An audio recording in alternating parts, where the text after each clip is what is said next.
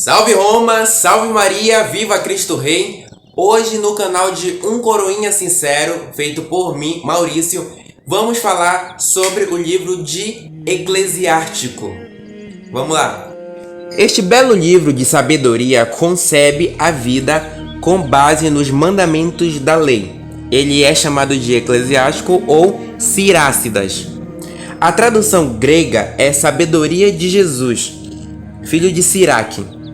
Os cristãos de língua latina o chamavam de Ecclesiasticus, já que era usado para ensinar os bons costumes aos catecúmenos, que se preparavam para o batismo. Era o livro da Eclésia, igreja. É um pouco parecido com o livro dos Provérbios, mas revela uma fase mais avançada do pensamento dos judeus.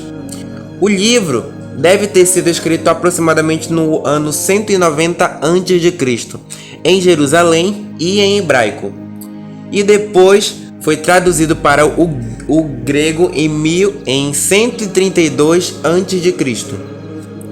Perdeu-se o texto original em hebraico, mas no final do século passado foram encontrados importantes fragmentos da obra.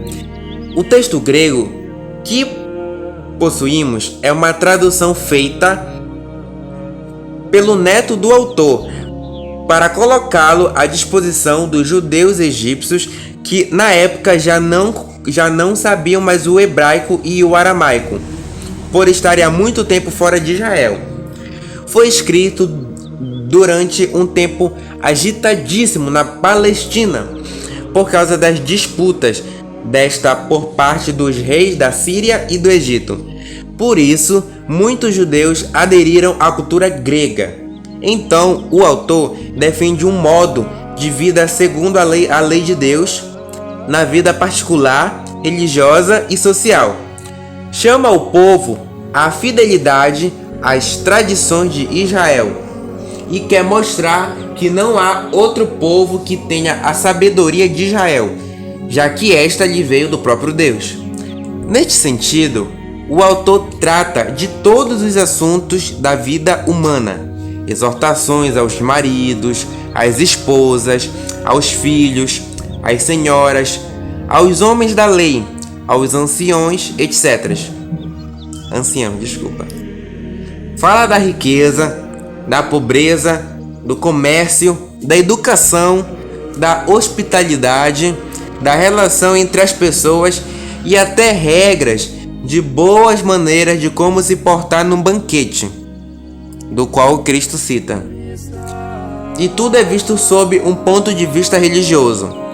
Esses ensinamentos conservam o seu imenso valor, especialmente na recomendação da virtude e da fuga do pecado sob todas as suas formas.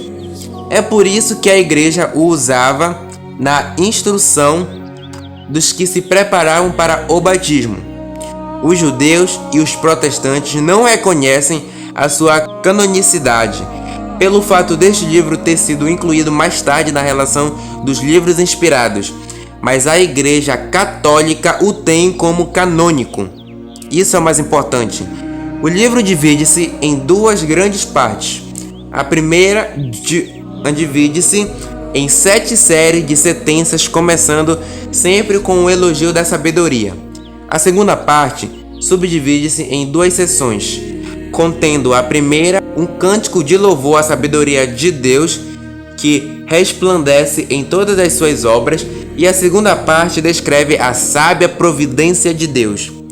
O autor apresenta-se com o nome de Jesus, filho de Eleazar, filho de Siraque.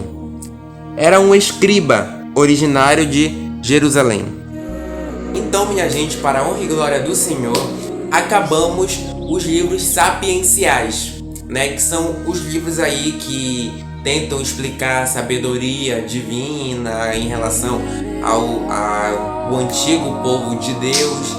Enfim, no próximo vídeo, né, na próxima aula desse mini curso bíblico, nós já vamos dar início aos livros dos profetas. E depois dos profetas menores, e em seguida vamos dar finalmente início ao Novo Testamento.